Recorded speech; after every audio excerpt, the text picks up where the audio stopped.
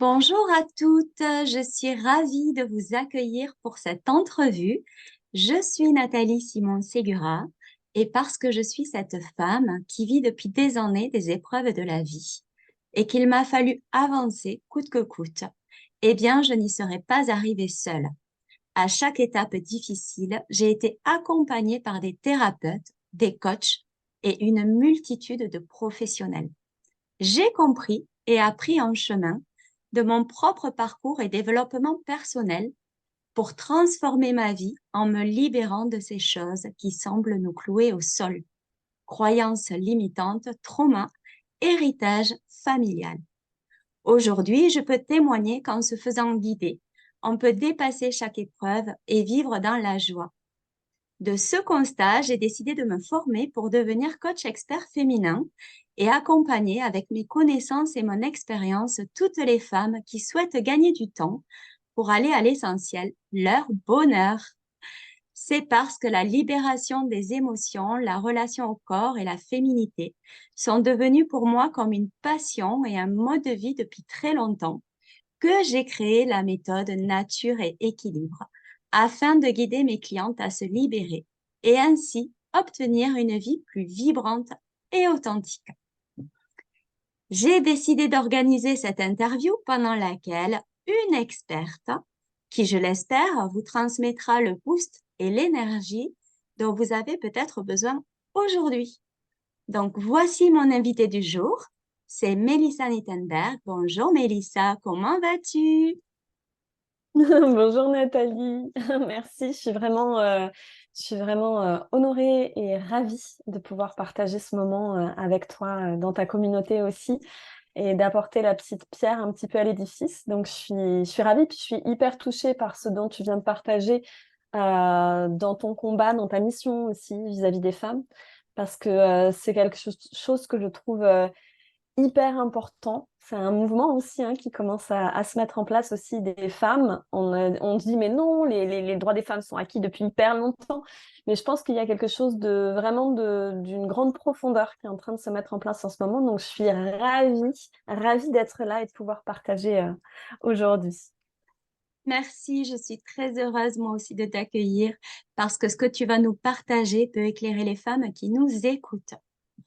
Alors, Mélissa, pour celles qui ne te connaissent pas, tu habites à Toulouse, tu partages ta vie avec Mathias et tes deux enfants, et c'est à la Mhm. naissance de ton premier enfant, Elisha, que tu t'es interrogée sur cette phrase. Quel est le sens de ma vie? De là, tu t'es formée en tant que coach experte et tu te définis toi-même comme étant une coach créative, tisseuse d'histoire et chanteuse d'âme. Tu accompagnes des femmes dans toute la francophonie à imaginer et créer leur légende personnelle. Tu es l'auteur du livre Vie de femme, vie de mère. Tu as créé la méthode Rêve, créé, transmet, inspirée et guidée par tes valeurs profondes. Tu parles de s'accorder du temps, de rayonner sa féminité et d'activer sa magie. On te retrouve d'ailleurs sur YouTube avec ta chaîne You First. Et parce Mhm. que tu aspires à plus de sororité, tu inities le mouvement Witch Week chaque automne. Tu es aussi l'organisatrice de Tente Rouge, cet espace sacré entre femmes. Et c'est de cela dont nous allons parler aujourd'hui, puisque j'ai choisi de t'accueillir cet été chez moi, ta tante, toi, ainsi que vous, mesdames, qui écoutez cette interview. Cet échange d'aujourd'hui a pour but d'apporter de la lumière sur cet événement pour toutes celles qui découvriraient les tentes rouges à cet instant.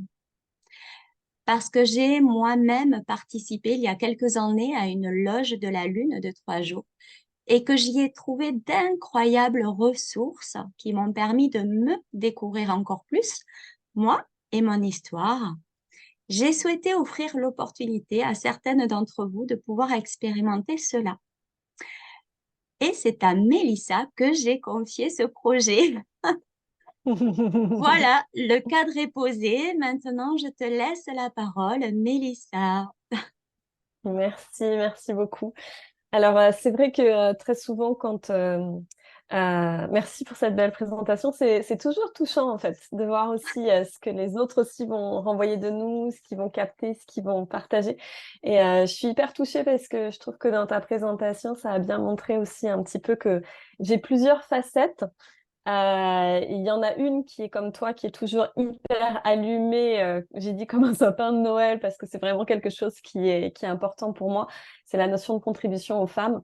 Et c'est vrai que je vais le faire à la fois dans le coaching créatif, donc pur coaching, accompagnement sur des projets. Mais j'ai pas envie de dire projet professionnel parce que je trouve ça réducteur. Mais très souvent, c'est un peu une mission de vie hein, que chacune trouve. Et j'aime bien ne pas faire de frontières sur les autres aspects parce que c'est vrai qu'il y a un aspect un peu plus witch, comme je dis, parce que je fais une semaine de la witch. Donc c'est vraiment ce côté un petit peu plus féerique, un petit peu plus spirituel aussi, féminité sacrée, qui est connecté. Et j'aime bien ne pas mettre de frontières hein, entre ces mondes-là parce que je pense que tout est en interaction, tout est connecté et interconnecté. Donc voilà, et je suis ravie aujourd'hui de venir partager ce sujet autour de la Tente Rouge et de ce beau projet qu'on a mis en place ensemble aussi pour m'accueillir très gentiment chez toi aussi pour pouvoir proposer ça.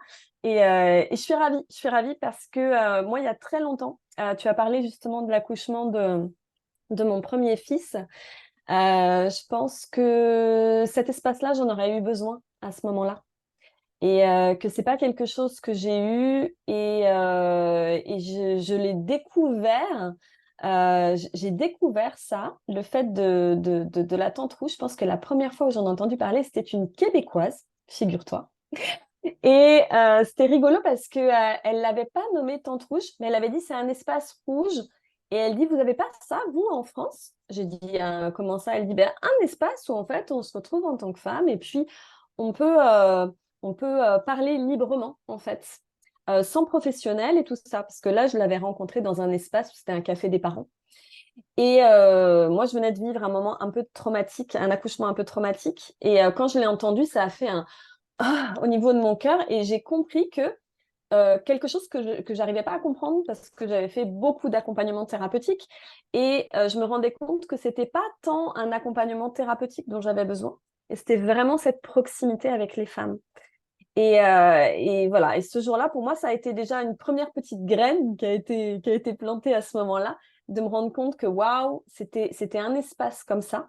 Et puis voilà, avant de vraiment découvrir vraiment qu'est-ce que c'était qu'une tente rouge et tout ça, c'est comme si ça a instillé la graine aussi à ce moment-là. Et je pense que c'est quelque chose d'important parce qu'on en parlait tout de suite avant pour démarrer, on parlait aussi de la complexité des fois de faire partie de groupes parce que voilà, on va aller confier aussi des choses hyper intimes, hyper perso et que des fois dans des groupes ça rassure pas parce qu'on se dit ma parole elle va partir après.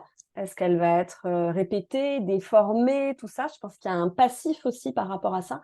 Et voilà. Et moi, c'est ce que j'aime beaucoup dans la Tente Rouge, c'est de faire la paix avec ça. Donc, on va développer, on va en parler. Mais je voulais déjà partager cette première chose parce que pour moi, la Tente Rouge, c'est vraiment une histoire, une rencontre et un moment de vie et une étape de vie aussi. Et tu sais, comme il y en a qui vont se faire des tatouages, mais il y en a qui vont faire des tentes rouges aussi parce que ça vient ponctuer un moment important de nos vies. Alors, il y en a qui le font pendant un moment, il y en a qui vont le faire très ponctuellement, mais en tout cas, je pense que c'est un vrai cadeau à s'offrir aussi en tant que femme. Je comprends ce que tu dis parce que pour l'avoir vécu, effectivement, quand tu vis des difficultés, de te retrouver avec des femmes qui vivent ou ont vécu la même chose que toi et de pouvoir partager, de pouvoir faire des liens aussi. Ça te permet de t'amener de la compréhension sur ce que tu vis. Et c'est cet espace que j'avais trouvé hyper intéressant. Mm. J'ai perdu la connexion? Non. C'est cet espace que Non, j'avais non, t'es trouvé très toujours. intéressant, justement, et qui m'avait apporté énormément à moi. C'est de me dire, ah oui, t'es pas toute seule à vivre ça, en fait. d'autres Mm. femmes peuvent le vivre. Parce que quand Mm. on va dans des repas, dans des soirées, il y a toujours les maris au milieu. Et il y a des choses dont on ne peut pas parler. Alors que là, Mm. on est simplement entre femmes et c'est tellement plus clair. On se comprend d'un regard et ces liens que Mm. l'on permet de connecter, c'est ce qui nous fait grandir. Enfin, pour ma part, c'est ce que j'avais vécu. Mm. Carrément. Je trouve que c'est beau, puis ce que tu partages aussi sur cette fête. Enfin, moi, ce dont je me suis rendu compte aussi, c'est que à une époque, les femmes se réunissaient beaucoup plus que maintenant. Et comme tu dis, ben voilà, il y a les compagnons, et puis des fois, il y a tout un tas de choses qui fait que on se réunit moins en tant que femme, je trouve. À une époque, il y avait les lavoirs où les femmes se retrouvaient. À une époque, après, je sais que dans certaines traditions, c'est encore hyper ancré, comme il y a des rituels de aînés, par exemple. Mais là, les femmes sont ensemble. Et je trouve que cette chose-là, elle s'est délitée un petit peu avec le temps. Et puis, je pense qu'il y a aussi beaucoup quelque chose entre femmes qui va être là aussi sur la notion de se comparer, de se jalouser, qui fait aussi que du coup, ça devient compliqué de pouvoir retrouver ce cocon de bienveillance aussi ensemble. Et puis, je pense aussi à une période, il y avait plus facilement des regroupements de femmes avec des générations aussi différentes qui se retrouvaient, qui partageaient des choses, et que ça s'est perdu. Et moi, je pense que c'est une chose qui m'a touchée aussi, parce qu'en fait, quand on parle de la Tente Rouge, à la base, c'est un livre de Anita Diamant qui s'appelle La Tente Rouge, et dans lequel justement on parle d'une époque. Alors, je sais que dans le livre, moi, j'arrive pas trop à situer, mais je vois que c'est avant la période avant Jésus-Christ, tout ça. Enfin bref, ça remonte à très très loin dans le temps. Et c'est une période, donc, dans le livre d'Anita Diamant, elle décrit justement ces femmes qui se réunissent au moment justement de la nouvelle lune, parce que c'est ça que je trouve chouette, c'est qu'en fait, à l'époque, on n'avait pas l'électricité. Et à l'époque, qu'est-ce qui se passait? Comme on était en contact total avec la nature, notre corps, il était en contact total aussi avec la Lune. Et donc, nos cycles étaient les mêmes, puisqu'ils étaient en connexion avec la Lune. Et ce que je trouve beau donc, dans ce livre-là, c'est que ça explique ces femmes qui, avant qu'il y ait tout plein de choses qui se mettent en place, en fait, elles le faisaient naturellement. Et elles le faisaient avec des générations différentes. Et comme à l'époque, il n'y avait pas, mesdames, de protection et de tout ça, et les femmes, qu'est-ce qui se passait? Elles se mettaient sur la paille et puis elles perdaient leur sang comme ça. Et puis elles restaient comme ça, ensemble, pendant plusieurs jours, sous une fameuse tente rouge. Donc j'aime bien ce livre d'Anita Diamant parce que, bon, je tiens aussi à le dire, le bouquin, il est un petit peu difficile. Il y a des passages qui sont un peu durs. Mais c'est très très beau dans la transmission entre femmes, dans le côté sororité aussi, parce que ça parle aussi de la naissance de... Enfin, ça parle pas de la naissance, ça parle de comment ça fonctionnait aussi à une époque entre les femmes. Et voilà, donc j'aime bien ce livre-là. Ah, merci pour ce beau partage. Je ne connais pas le livre, mais je vais me le procurer. Je te remercie. Tu as parlé tout à l'heure de peur de partage, la comparaison. Effectivement, on vit dans un monde où on a peur, on peut avoir peur de se dévoiler par peur d'être jugé, puisque oui, la comparaison existe, le jugement, et il est difficile pour beaucoup de femmes d'arriver à être elles-mêmes et de se défaire de tout cela. Donc, comment ça se passe dans une tente rouge? Imaginons, moi j'habite un petit village, là j'invite Bien tout le sûr. monde. Donc Mhm. il peut y avoir sous cette tente des femmes de mon village, des femmes qui me suivent sur Facebook, qui sont partout en France et qui vont faire le déplacement, des femmes de ta communauté, c'est-à-dire tout Toulouse. Mais il peut y avoir sous cette tente des femmes qui se retrouvent, qui se connaissent comment ça se passe? Euh, J'imagine qu'il y a une notion de confiance, confidentialité, euh, respect, amour. J'aimerais que tu nous parles de tout ça, s'il te plaît. Ouais. Alors, moi, ce que j'aime bien, et je commence toujours l'attente comme ça, avant de rentrer dans le vif du sujet, je rappelle les règles, parce qu'il y a des règles sous la tente rouge. Et je suis là aussi en tant que, je tiens à le préciser aussi, je suis là quand j'organise une tente rouge, j'ouvre la tente rouge, je dis, et je ferme la tente rouge. Mais à l'intérieur, je suis une femme, au même titre que toutes les participantes. Donc, je participe aussi. Mais je suis la gardienne de la tente rouge. Donc, je suis là aussi pour faire en sorte que tout se passe. Ouais, Non, vas-y, il y avait pardon, un c'est souci. moi, j'avais... Et de faire en sorte que tout se passe bien et que du coup, pour que tout se passe bien, comme tout groupe, comme dans toute communauté, c'est bien de rappeler les règles et les valeurs qui sont essentielles. Euh, Il y a donc un certain nombre de règles, mais je vais en partager trois là que je trouve hyper importantes. La première, c'est tout ce qui va être dit sous la tente rouge restera sous la tente rouge. Ça, je sais que waouh, on se dit ah bon, c'est-à-dire et tout. Oui, ça veut dire que ce qui va être dit sous la tente rouge et qui concerne d'autres femmes, c'est pas quelque chose que je vais aller raconter après au village ou à la copine ou à mon mari ou à mes enfants ou etc. Ou à la copine du coin. C'est vraiment un engagement que je fais que ok, tout ce qui va être dit là, ça ne sortira pas de la tente rouge. C'est pour moi une des règles très importantes parce que c'est une règle de confidentialité et c'est ce qui fait que la parole va être possible. Sinon, bien évidemment que si on doit sortir quelque chose et qu'après on sait que ça va être raconté à côté, on va jamais le dire. Donc ça, c'est une des premières règles qui est hyper importante, qu'on retrouve d'ailleurs très souvent dans des groupes thérapeutiques, parce que souvent dans les groupes thérapeutiques, on n'a pas le droit d'aller raconter tout ce qui s'est passé.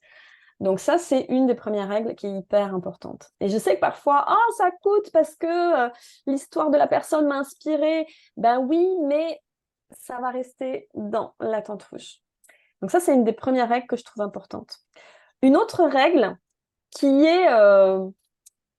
qui est assez étrange, je sais parce que j'ai eu plein de femmes qui ont fait plein de groupes de parole et tout ça et qui se disent, waouh, mais c'est étrange de faire ça. Et je dis, au début, ça te paraît étrange, mais plus tu vas avancer dans la tente rouge et tu vas comprendre pourquoi c'est pas étrange et tu vas comprendre vraiment la puissance du processus d'une tente rouge. La deuxième chose, et qui pour moi veille vraiment à cette bienveillance-là, c'est que quand il y a une personne qui parle, donc on ne parle pas, on ne coupe pas la parole, mais que quand il y a une personne qui parle, elle parle non-stop et quand elle a décidé que c'était fini pour elle, elle dit que c'est fini. Mais on ne l'interrompt pas pour lui dire quand tu dis ça, qu'est-ce que tu voulais dire exactement? Ou on n'interrompt pas pour dire ah, quand tu dis ça, moi, ça me fait penser à moi, blablabli, blablabla, blablabla, ou tu devrais faire comme ça, ou ci, ou ça. Parce que ça aussi, c'est des choses auxquelles on est hyper habitué de donner son avis, de revenir à soi, et on n'est pas habitué à juste laisser une personne s'exprimer sans l'interrompre, en la laissant, sans commenter et sans donner d'avis et de conseils. Ça, c'est un truc un peu particulier. Alors, je sais parce qu'il y en a, au début, ça leur fait bizarre parce que ça les frustre, parce qu'elles ont envie de rebondir sur ce que la personne a dit, pour poser des questions, pour creuser. Et en fait, pas du tout. On est vraiment dans un espace total d'accueil. Donc ça aussi, pour moi, ça fait partie de la bienveillance, que de laisser une personne, de laisser la personne vraiment tout l'espace et que si elle a envie de prendre 20 minutes, elle va prendre 20 minutes. Si elle a envie de prendre 30 minutes, elle va prendre 30 minutes. Ça va jamais, ça va jamais jusque-là, hein, parce que souvent, on n'est tellement pas habitué à ça que c'est assez désarmant au démarrage. Mais voilà, il y a vraiment cette notion de liberté de la parole. Et une autre règle aussi, allez, il y en a deux que je veux partager parce que c'est chouette aussi. c'est que si tu n'as pas envie de parler sous la tente rouge, tu n'es pas obligé de parler sous la tente rouge. C'est Ça important que tu aussi, le dises aussi. c'est important. Parce qu'il y a des personnes qui ne veulent pas parler sous la tente rouge, qui n'ont pas envie.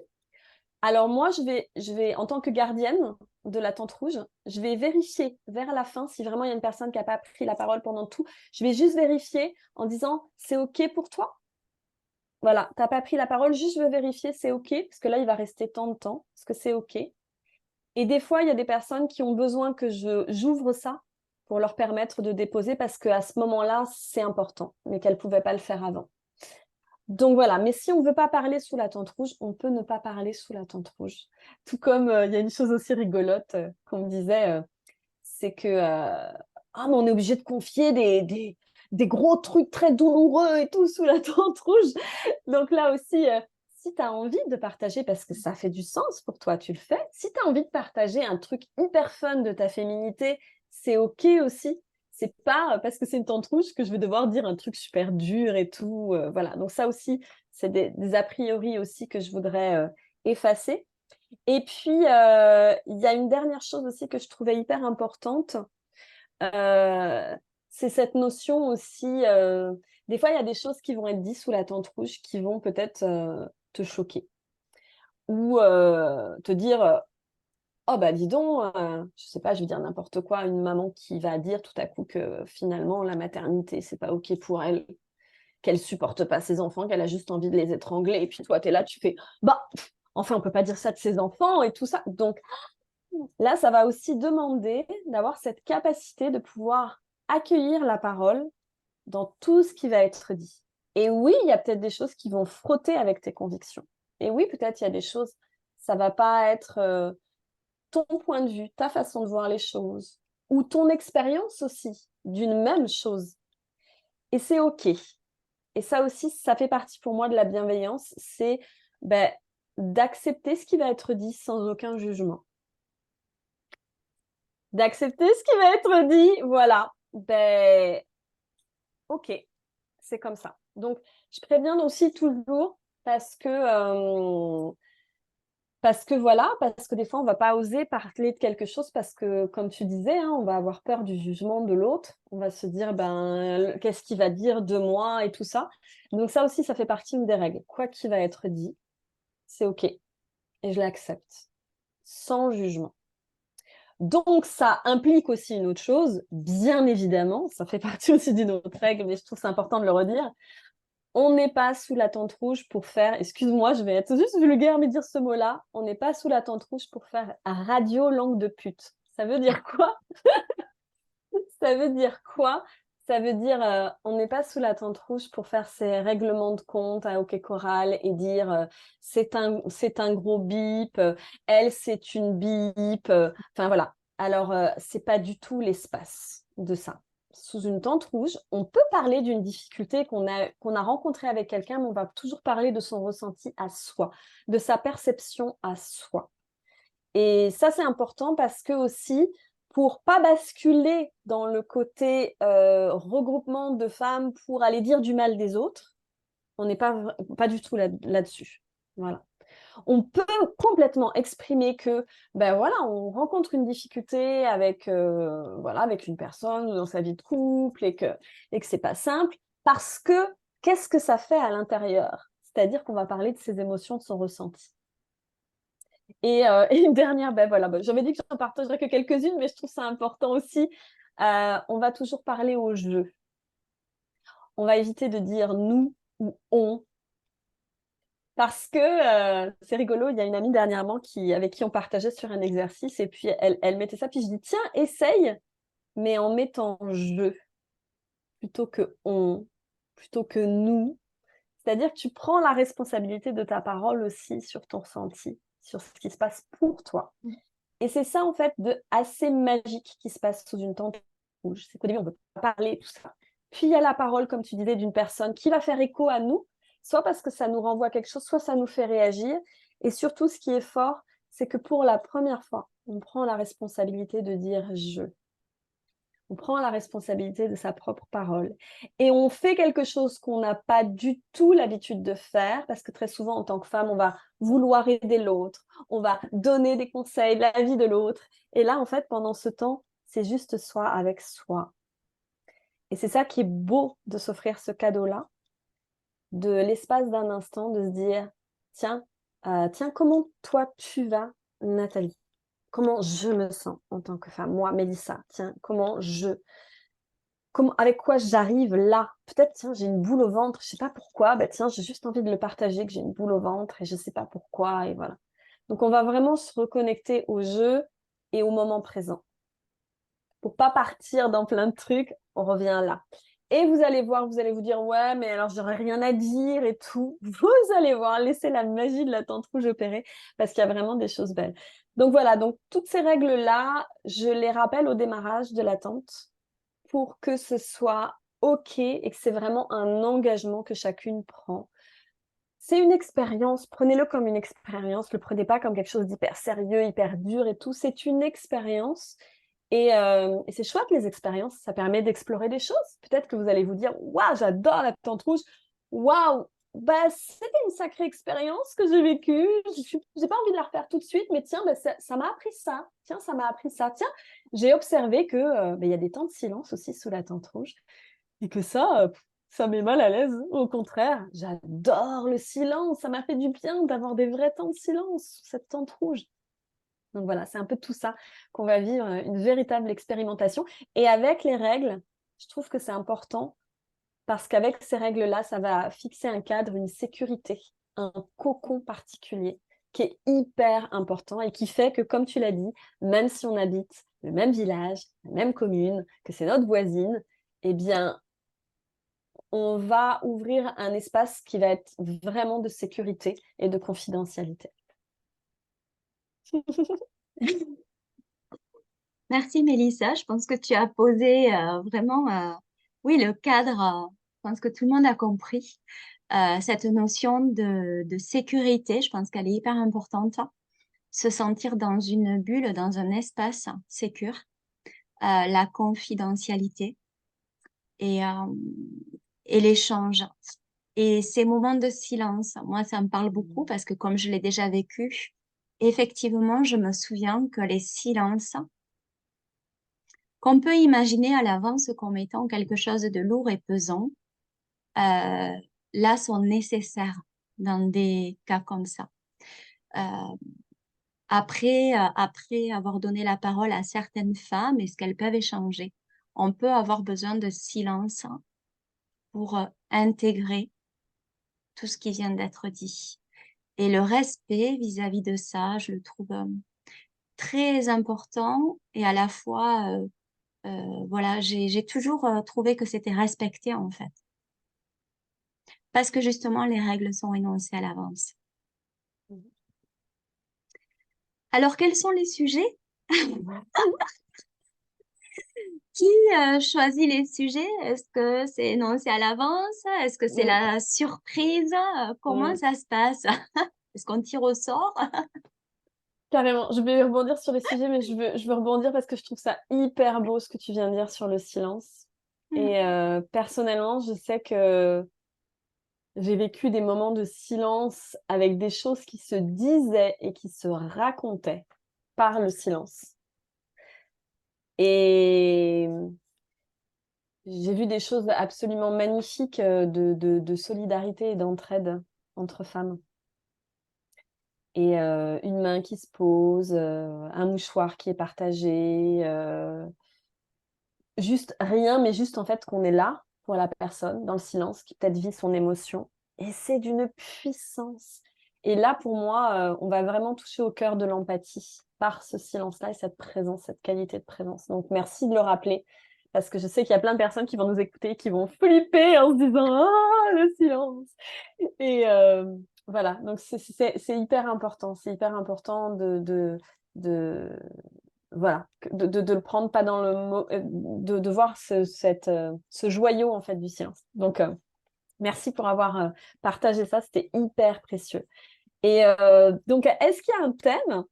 Euh, Alors, j'ai eu fait des tentes rouges en faisant une proposition et j'ai eu fait des tentes rouges sans proposition. Et, euh, et en fait, je trouve ça intéressant quand il n'y a pas de proposition. Alors, parce que ça peut faire peur un petit peu à chacune. Qu'est-ce qui va s'aborder sous cette tente rouge? Ben, il va s'aborder ce qui se passe pour vous présentement, ce que vous vivez, ou peut-être pas du tout, parce qu'en fait, chacune va partager des choses, et puis c'est comme ça va ouvrir des portes. Ça va ouvrir des portes à ce qui est juste, en fait, pour vous. Il y a des choses qui vont vous faire réagir, il y a des choses qui vont vous faire sourire, il y a des choses qui vont vous faire naître des larmes, il y a des choses où vous ne savez pas pourquoi, mais vous avez envie de parler de ça. Donc, c'est vraiment l'ici et maintenant. Donc, je sais qu'au début, c'est un peu curieux, puis on se dit, bah, qu'est-ce qu'on va se raconter? Moi, je ne sais pas si on ne pose pas un thème et tout ça. Mais justement, faites confiance dans cette énergie-là. Il y a vraiment quelque chose de magique qui se passe. Alors après, il y a toujours une chose que je fais au démarrage, c'est que donc celle qui vous reçoit dans la tente rouge va ouvrir par un petit texte, par une histoire, par un chant, par quelque chose. Moi, je fais un peu les deux parce que moi, comme je dis, je suis une tisseuse d'histoire, une chanteuse d'âme. Donc, souvent, j'aime bien partager une petite histoire avec un chant parce que du coup, ça amène quelque chose. Il y a quelque chose qui se passe. Et puis, ça m'arrive aussi d'amener un jeu d'oracle ou quelque chose. Puis chacune peut tirer une petite carte si elle a envie, au début, à la fin, comme vous voulez. Parce que pour certaines, ça va être plus facile de tirer une petite carte et d'avoir peut-être quelque chose une amorce en fait. Mais généralement, rien qu'avec l'histoire, il y a aussi quelque chose qui s'amorce parce qu'il y a une énergie, il y a une atmosphère, il y a quelque chose qui se pose. Et c'est ce que j'appelle la magie de la tente rouge. Donc, faites confiance en ça. Il y a vraiment quelque chose qui se passe qui est vraiment magique. Et de pas justement prévoir des choses. Dans une société où, en tant que femme, on a l'habitude de se faire la to-do list avec il faudra qu'on aborde tel point, tel point, tel point, tel point, ensuite tel. Justement, là, vous allez être dans une énergie plus yin et pas yang. Vous allez être dans une énergie de justement d'accueillir et de déposer, de laisser ce qui est remonter à la surface. Et vous inquiétez pas, il y a des choses qui remontent. Et vous inquiétez pas aussi, c'est fait avec toute la plus belle bienveillance aussi et douceur pour chacune. Est-ce que j'ai répondu à ta question ou ça va leur faire peur?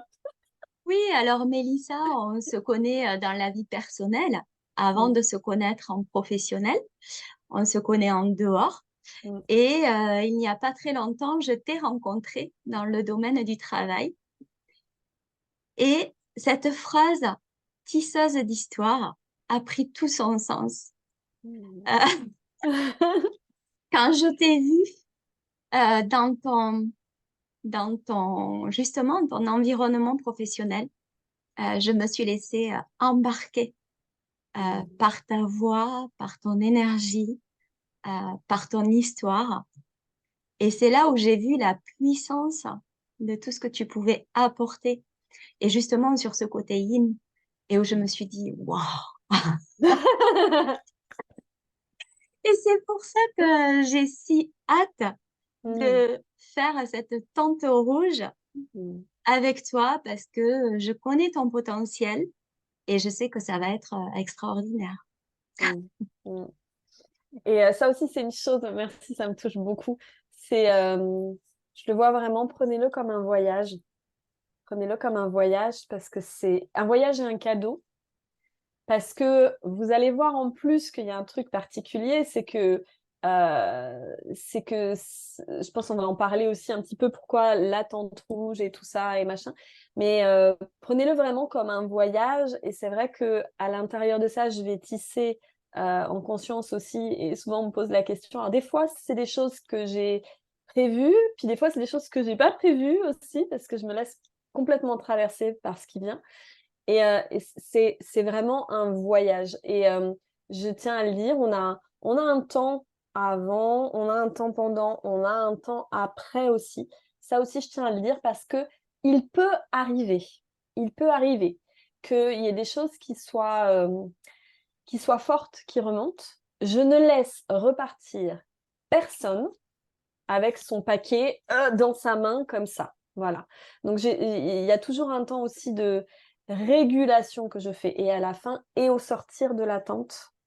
Parce que ça aussi, je trouve que c'est, enfin voilà, je suis garante de l'attente, donc pour moi, c'est important aussi d'avoir, ce temps-là. Parce que je sais qu'il y en a des personnes qui vont se dire: «Ouais, mais moi, s'il y a un truc qui remonte et tout», il y aura Nathalie aussi qui sera là, je serai là aussi et c'est le temps aussi de pouvoir réguler s'il y a eu des choses qui ont été, voilà, fortes ou il y a des choses, parce que oui, des fois, ça peut arriver qu'il y en ait certaines qui partagent quelque chose et il y a un espèce de bah, elles se retrouvent avec un petit paquet comme ça là devant elles, un peu démunies aussi des fois.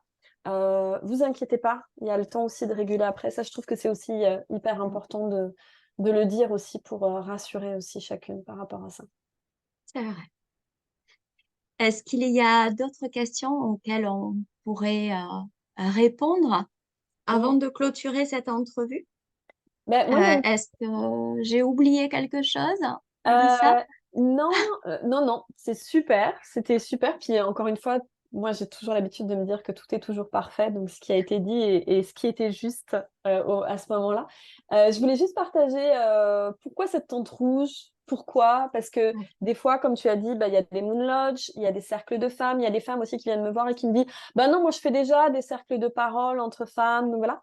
Il y a, bah, déjà, il y a des règles, comme vous avez pu voir, qui sont un petit peu différentes aussi, des cercles de parole traditionnels de femmes et il y a une chose, qui est une expérience que je peux le dire, mais ça servira à rien, il faut vraiment venir le vivre et je sais qu'à chaque fois, celles à qui j'en parle font: «Ah ouais, il y a un truc qui se passe, qui est particulier». C'est de se retrouver dans ce décor, sous cette tente qui est rouge. Ça amène une énergie aussi particulière. C'est un cocon, c'est une énergie. Le rouge, c'est aussi, bah, le chakra racine. Le rouge, c'est aussi l'élément du sang, de la vie, c'est la matrice, c'est tout ça. Et et ça aussi, il y avait cette petite légende qui racontait aussi, que j'aime bien, que je raconte aussi, d'une époque donc où dans les tribus amérindiennes, les femmes avaient l'habitude, comme je partageais dans le livre d'Anita Diamant, de se réunir sous la tente rouge et puis de saigner, sur la paille et cetera et en fait, ça durait pas, juste comme là, nous, on va faire, 2-3 heures. Ça durait plusieurs jours, bah, parce qu'on a nos menstruations pendant plusieurs jours et c'était hyper beau parce que, se disait: «Si tu veux détruire un village, brûle la tente rouge. Si tu veux détruire un village, brûle la tente rouge». Pourquoi? Parce qu'à cette époque-là, on donnait, beaucoup d'importance aussi aux femmes pendant leur menstruation parce que, dans les villages amérindiens, on savait que aussi pendant cette période, de notre cycle menstruel, les femmes avaient des visions. Les femmes avaient cette capacité de pouvoir voir des choses et d'être dans leur plus grande sagesse et du coup, c'est toujours resté que c'était un espace très, très, très sacré. Donc l'idée, c'est qu'après ça s'est repris aux États-Unis par une Américaine, puis c'est arrivé en France et de décider de remettre en place ça.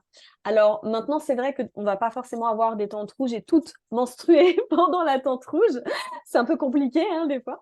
Mais on garde cette tradition comme cette mémoire, ce rappel aussi de cet espace-là, qui est un espace sacré aussi et c'est ça que je trouve, aussi super beau dans cette tradition et de l'avoir gardée et aussi je tiens à dire parce que je sais qu'il y a des femmes qui vont écouter, qui vont se dire, «Moi j'ai plus mes menstruations, ou moi je suis en phase de ménopause, alors du coup ça veut dire que j'ai pas le droit de rentrer sous la tente rouge?» Non, pas du tout.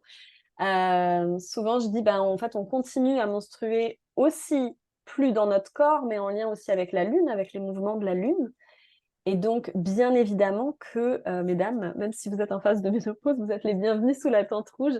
Voilà. Par contre, c'est vrai que la tente rouge, on va pas accueillir des très jeunes filles, sous la tente rouge qui ont pas été encore menstruées et qu'il existe aussi, des tentes roses spécifiquement pour les jeunes filles qui sont prévues.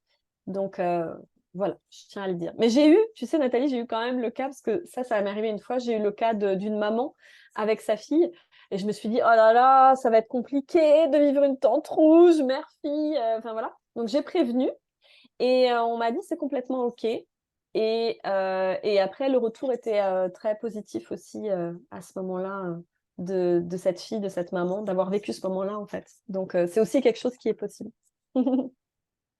Bien sûr, et puis ça me renvoie ce mot transmission Mmh. de mère à fille. Lors de mes accompagnements avec mes clientes, je parle beaucoup de transmission, chose que l'on a perdue Mmh. avec les générations et que l'on est en train de reconnecter. Parce que ben, il y a des femmes comme toi et moi qui en parlons à nouveau et ça commence à se diffuser dans le monde. On recommence à se reconnecter, à reparler de transmission de mère à fille. Et je trouve que la tente rouge, c'est un bel exercice pour ça, de prendre Carrément. conscience de ce qui est important à transmettre. Mmh. Waouh! C'est beau! J'aime bien terminer sur cette, tu vois, il y a un ange qui passe. J'aime bien cette notion de transmission et du coup, pour moi, ça porte aussi tout son sens. Les règles de la tente rouge, c'est, tout simplement, heu, prends soin. Prends Mm. soin de toi, prends soin des femmes aussi qui sont en dessous et sous cette tente rouge et du coup, voilà, moi j'ai eu aussi plein de personnes qui, ayant vécu ça a été des déclencheurs, tu vois? Pour, créer leur propre, tente rouge, dans là où elles étaient et je trouve ça magnifique. C'est vraiment pour moi, c'est la transmission, par excellence. Bien sûr. Bon, alors on l'a fait quand, cette tente rouge? Et quand? Alors, on l'a fait quand? Eh bien, tout simplement, ça va avoir lieu le mercredi, ça je me trompe pas, c'est bien mercredi, hein, ce Oui, jour. c'est le Le mercredi. le mercredi 26 juillet. Voilà, on vous attend à partir de 19h30. Donc je dis bien, venez à partir de 19h30 parce que c'est chouette aussi ce qui se passe avant. On papote, enfin voilà, juste avant de rentrer dans l'univers de la Tente Rouge. Donc voilà, Nathalie en plus va nous préparer des petites douceurs. Va nous préparer des petites douceurs. Il y aura des boissons chaudes aussi. Donc c'est Mm. l'idée aussi, c'est d'avoir un temps convivial. Et puis ça va se continuer aussi sous la tente rouge, mais ça va prendre, voilà. Donc on a un petit temps d'accueil, à 19h30 et puis à 20h, on rentrera sous la tente rouge pour vivre l'expérience. Comme j'ai dit à Nathalie, ça va durer entre 2 et 3 heures. Ça va dépendre aussi de ce qu'il y a besoin, parce que si je sens qu'il y a un besoin plus important de parole, voilà, la tente rouge l'accueillera aussi totalement. Et puis après, on a un petit temps, après pour continuer à échanger, comme je disais, s'il y a besoin de réguler aussi et j'apporterai aussi des livres, des petits jeux d'oracle aussi. Vous pourrez regarder aussi des choses pour, voilà, pour vous donner aussi un petit peu d'inspiration, de lien, voilà. Oui, quand tu parles de la notion d'accueil avant et après, moi j'entends sas Oui, comme un sas de décompression. exactement. Parce que j'imagine qu'il y a des femmes à 19h30, elles vont soit arriver du travail Mmh, avec la fatigue, peut-être énervées, agacées, et le mental complètement, tu vois, satellisé, mmh, et auront besoin de ce temps, ce mmh, sas, pour rentrer dans l'attente. Et puis, il y en a d'autres, ben, peut-être qu'elles auront fait manger leurs enfants juste avant, elles auront confié les enfants au mari en priant pour que tout se passe bien. Bienvenue la charge mentale. carrément. Et là aussi, ce sas, cet accueil sera hyper important. Mmh, Donc, voilà, c'est pour ça que c'est important d'arriver bien avant 20 heures pour profiter de ce sas, pour déconnecter, mmh, lâcher le mental et vraiment avoir ce moment pour mmh, que l'attente, ça soit vraiment un espace de pleine puissance, en fait. mmh. Et ce que tu viens de dire, il y a 2 choses qui sont hyper importantes. La première, c'est, j'arrive avec la fatigue parce que moi, j'ai eu des personnes aussi qui m'ont dit qui avaient des fois réservé une tente rouge et puis se retrouvent à la tente rouge, font: «Ah non, mais j'ai ci, j'ai ça». Parce que aussi on va avoir aussi le syndrome de l'imposteur. Faut se dire, «Ah, je le mérite pas» ou de se auto-saboter parce qu'on sait qu'on va avoir un temps pour soi, on flippe un peu. Donc, il va y avoir aussi ça, hein. Je le dis, hein, parce que ça se passe, hein, je le vois très régulièrement. Et en fait, j'ai envie de dire, tu sais quoi, on t'acceptera avec tout ce qui se passe, avec tes peurs, Mm. avec la fatigue, avec ta to-do list qui est là. Mais je peux te dire une chose sûre et certaine, tu ressortiras nourri, vraiment nourri de ce dont tu as le plus besoin en ce moment. Donc fais confiance aussi à la magie de la tente rouge. Ça, c'est vraiment un truc important. Et puis pour les mamans, comme tu disais, qui préparent, qui doivent s'organiser, que c'est pas possible, qu'il va peut-être y avoir des choses pas possibles et qui te diront mais c'est impossible pour moi d'arriver à faire garder mes enfants, je vais pas y arriver et tout. Donc déjà, pose l'intention que cette soirée est importante pour toi. Observe la magie aussi qui se passe. Et moi, il y a beaucoup de femmes qui m'ont dit merci. Merci parce que rien que le fait de s'être inscrit à une tente rouge et de venir à une tente rouge et de braver toute une organisation ou d'accepter aussi de lâcher prise, parce que je sais aussi qu'il y a beaucoup de mamans qui des fois ont du mal à lâcher prise, eh ben, c'est un super cadeau que vous vous offrez à vous, mais que vous allez offrir aussi à votre compagnon et que vous allez offrir aussi à vos enfants. Parce que quand vous allez sortir de la tente rouge, ça va être un super beau cadeau que vous leur ferez aussi parce que vous serez nourris, vous. Et ça, pour moi, c'est hyper précieux. Alors, nous serons combien sous cette tente? Alors, nous serons un petit groupe parce que j'ai une petite tente et que je n'ai pas envie pour le moment. Ça m'est arrivé de le faire. En Suisse, on était, je sais pas, on était une dizaine de femmes sous la tente rouge, même 20 femmes. Donc, j'ai vu aussi les différentes dynamiques. C'est des choses aussi différentes qui se passent. Mais là, non, ça sera une petite tente. Donc, on sera en tout 8 avec Nathalie. Donc, on sera 8 femmes. Donc, c'est un petit groupe. Et pour moi, c'est important aussi parce que des fois, on ne va pas déposer les mêmes choses si on est dans un grand groupe avec plein de femmes que si on est dans ce plus petit groupe. Et aussi, ce qui se passe, c'est que la parole, elle peut tourner aussi. Donc, on peut parler plusieurs fois aussi si on en a envie. Donc, voilà. Super. Merci Mélissa. Je pense qu'on a fait le tour de toutes les questions, mais peut-être qu'il y en aura d'autres. Et je vous invite à venir les poser, bien sûr, à Mélissa ou à moi sur Messenger ou sur Facebook, sans problème. Mélissa, est-ce que tu as des actus pour les mois à venir, les semaines à venir et que tu voudrais partager? Je te Oui, laisse le temps pour... merci. Merci, merci, c'est adorable. Pour toutes celles, en tout cas, qui habitent dans la région toulousaine, sachez que du coup, j'organise aussi des tentes rouges une fois par mois. Alors, il n'y en aura pas en août, mais chaque mois, ça sera le vendredi soir. J'organise ça à l'espace Allegria. Donc, si l'expérience vous a plu et que vous avez envie de continuer à vous inscrire là-dedans, il y aura la possibilité de le faire. Euh, Ensuite, oui, je continue aussi les accompagnements en individuel sur les projets de coaching, sur les projets professionnels. Donc, si vous sortez d'un burn-out, si vous êtes dans un bore-out, que vous n'y voyez pas clair, ou si vous avez commencé à monter votre projet, mais vous vous sentez un peu bancal et vous avez besoin aussi d'être accompagné là-dedans. Donc, je vais offrir des sessions de coaching découverte en ligne pour qu'on puisse échanger. Donc, venez, envoyez-moi un petit message en privé, on échange et puis on voit si je suis la bonne personne aussi pour pouvoir vous aider là-dedans. Voilà, donc ça, c'est quelque chose qui est encore d'actualité voilà, pour le moment. Et puis pour plus tard, comme tu l'as dit, il y aura une Witch Week, mais voilà, je vous en parlerai en octobre. En tout cas, suivez-moi, vous pouvez me suivre sur la page Facebook de Rêve, Crée et Transmet.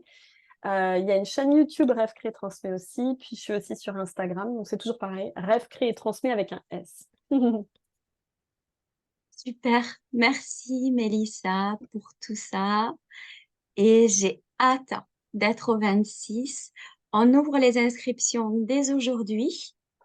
Donc, le mieux, c'est de nous envoyer un message sur Messenger ou de nous appeler. On va mettre tous les liens. Et puis, voilà, on vous espère nombreuses. On a hâte. Et, et surtout moi, je crois. Et Nathalie, justement, si tu veux, je pourrais te donner un lien après J'ai un petit cadeau à offrir à ta communauté si elles veulent faire un voyage avec moi. J'ai une petite visualisation qui est totalement gratuite. Donc, je te mettrai le lien si elles veulent vivre cette visualisation, ce voyage avant le voyage, en fait. Avant le... Voilà. Pour celles qui seront là ou qui ne Super. seront pas là, ça sera un petit cadeau pour elles. Merci beaucoup, Mélissa. Avec grand Merci plaisir. et à très vite. À très bientôt. Au revoir. Bye.